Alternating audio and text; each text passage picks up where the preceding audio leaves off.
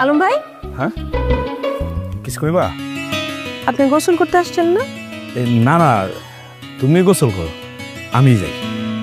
আপনি কি আমারে করুণা করতেছেন? হায় হায়, কি কও? করুণা করবো মানে? আমি কি করুণা করার মতো লোক? আমি কামলা মানুষ, গরিব মানুষ। শুনছি করুণা করে তারা যারা ধনী বড় লোক। আমি কিন্তু কথাটা এমনি কইছি। আপনি গোসল করতে আসবেন জানলে আমি আইতাম না এখন। আসলে হয়েছে কি, আমার তো গোসলের কোনো টাইম টেবিল নাই। তার মানে কি তুমি গোসল করতা না? আপনি গোসল করেন, আমি যাই। আমার লগে দেখলে মানুষ খারাপ কইব। কেন খারাপ কইব? কে? স্বামী সংসার ছাড়া মাইয়া আমি। আমার লগে দেখলে আপনারা অপবাদ দিব। এমনও হইতে পারে যে বাড়িতে কাম করতেছেন ওখান থেকে বাইর করে দিব। দিলে দেখ, আমি এগুলো ডরাই না। আমি কামলা মানুষ, যে জায়গায় রাই সেই জায়গায় কাই। তুমি অনেক ভালো মানুষ, কিন্তু জামাইটারে ভালো পাইলে না। না জাগো কপাল পুরা।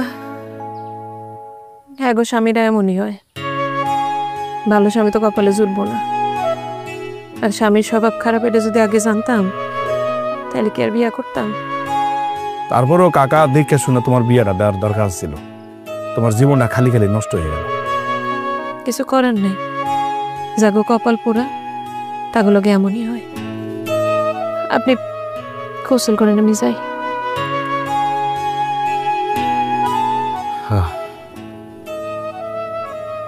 আমি যখন গ্রামে আইছিলাম, বেলি দেখতে কত সুন্দর আছিল, একদম পরীর মতো।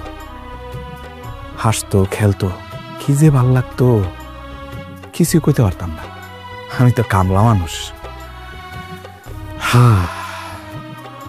জামাই ভালো না হইলে যে কপালে সুখ হয় না, বেলি দেখলেই বোঝা যায়।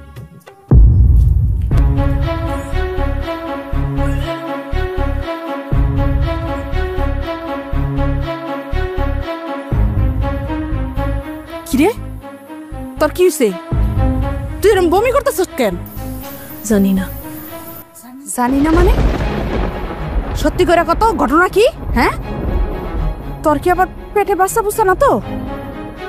কি লো, কথা কস না কেন? কইতাছি না, জানি না।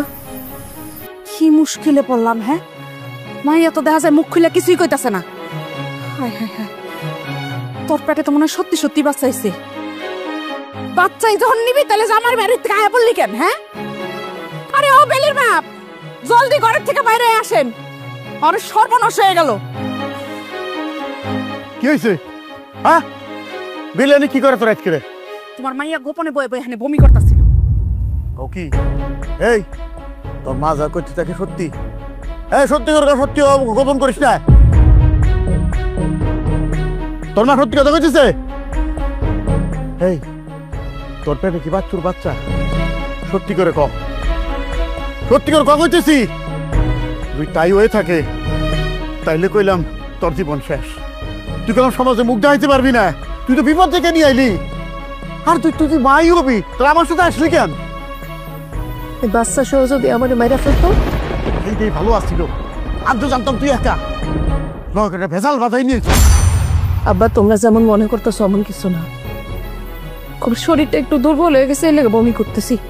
শুনেন, বেলির কথা হুনানের কোনো দরকার নেই। আপনি এক কাজ করেন তো, ওই রমেশ ডাক্তারের ফোন দেন, ওরা আইতে কোন তাড়াতাড়ি।